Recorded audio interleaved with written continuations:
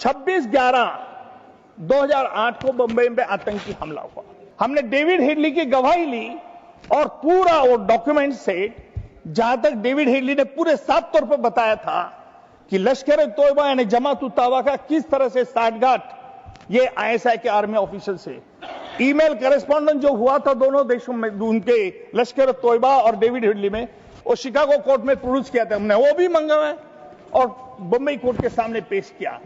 नतीजा ये हुआ कि इस पूरा 26/11 के आतंकी के हमले के पीछे पाकिस्तान को रोल स्पष्ट हो चुका था कि सच कहना अगर जुर्म है तो जुर्म सही, झुकना नहीं आता हमें, जो बात सही है वही कहेंगे जमाने से, चाहे मिले तालियां या फिर ताने सभी।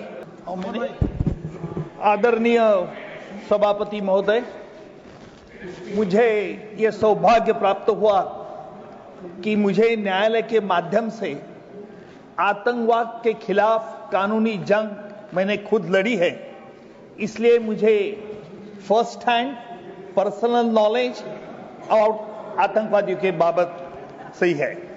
इसलिए मैं आतंकवाद के विरुद्ध संघर्ष में विभिन्न सरकारों द्वारा अपनाई गई रणनीतियों को भी मैं विश्लेषणात्मक तुलना करूंगा।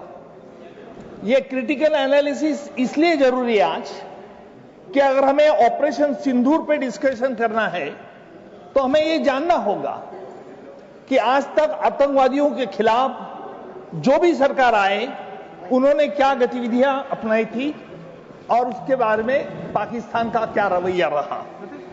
मैं इस बार में जरूर कहूंगा कि सच कहना अगर जुर्म है तो जुर्म सही, झुकना नहीं आता हमें, जो बात सही है वही कहेंगे जमाने से, चाहे मिले तालियां या फिर ताने सभी। मैं इसलिए कह रहा हूं कि मैंने जो पहली trial 93 Bombay bomb blast case चलाई थी 12 मार्च 93 में बंबई में 12 जगह अलग अलग पहली बार आरडीएक्स इस्तेमाल करके टाइम पेंसिल डिटोनेटर लगा के एक ही वक्त में मुंबई में बॉम्ब स्फोट किए थे।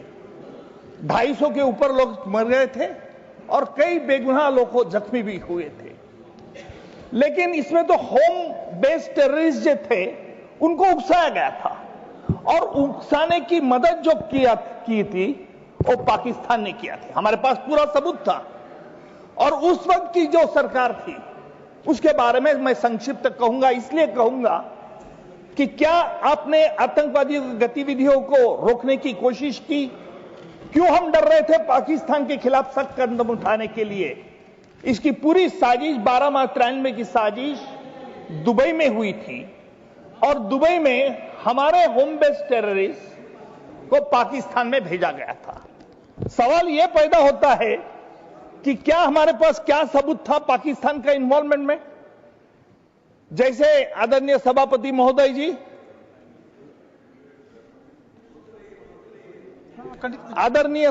महोदय जी, जिस वक्त ये हमारे home based terrorist Islamabad airport पर पहुंचे वहां पाकिस्तान सरकार की तरफ से यह व्यवस्था की गई थी कि इमिग्रेशन फॉर्मेलिटीज को दुर्लक्ष्य किया जाए।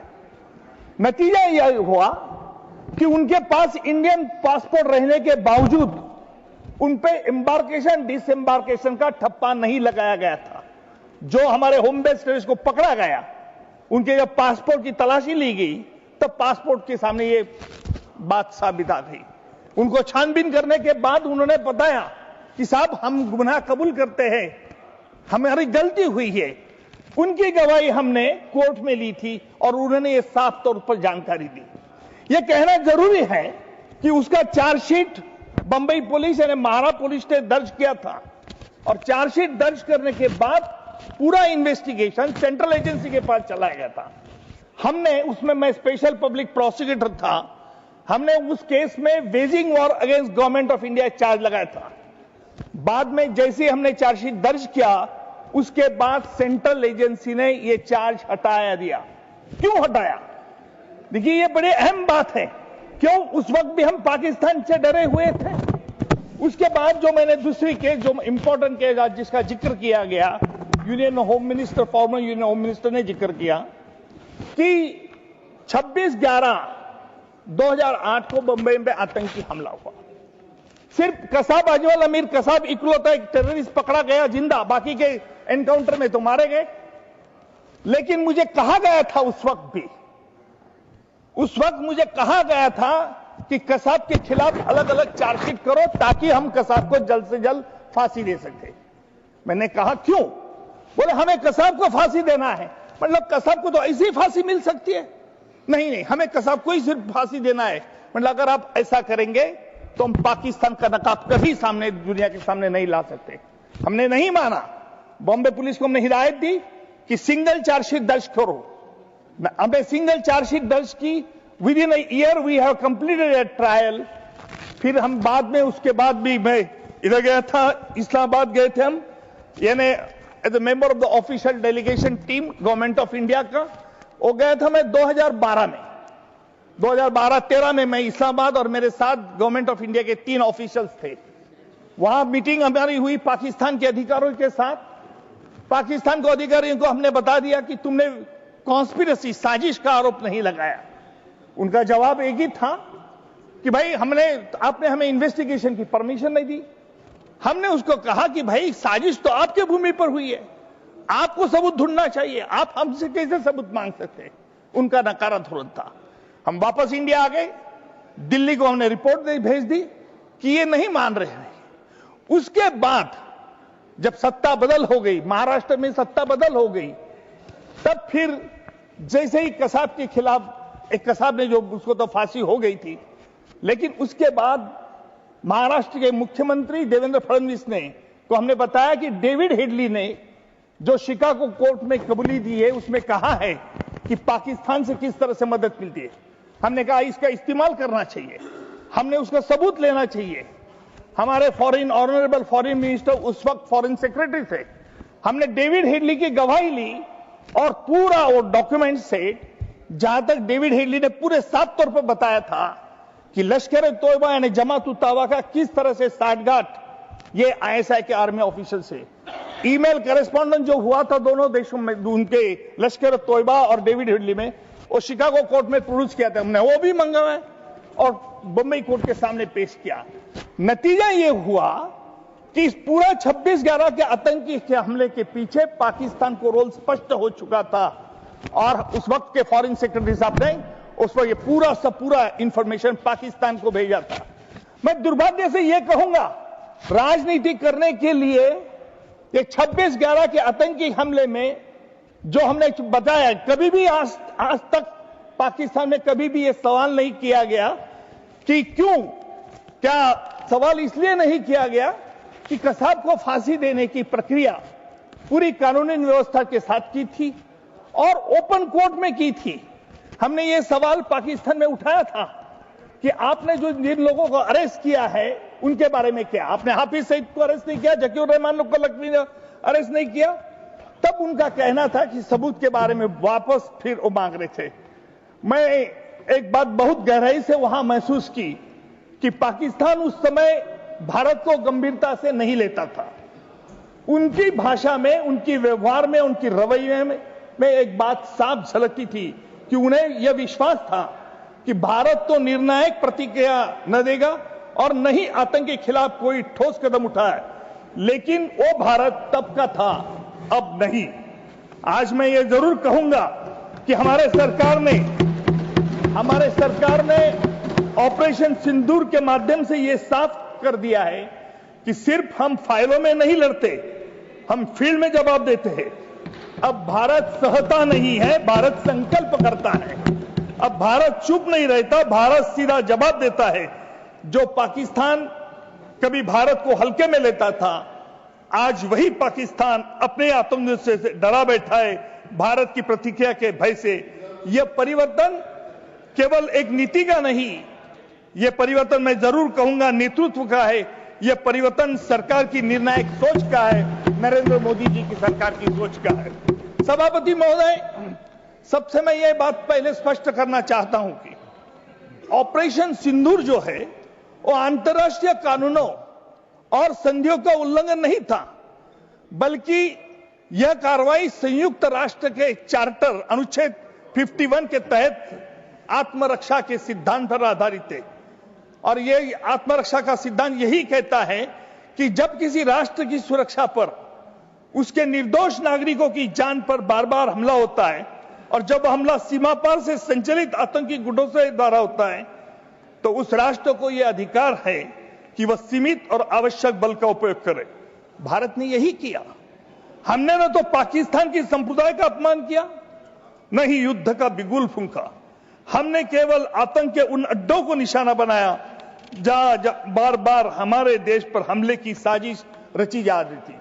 सभापति महोदय जी, पिछले कुछ वर्षों में हमने देखा है किस प्रकार पाकिस्तान का धरती का उपयोग आतंकवादी संगठन द्वारा भारत के विरुद्ध युद्ध छेड़ने के लिए किया।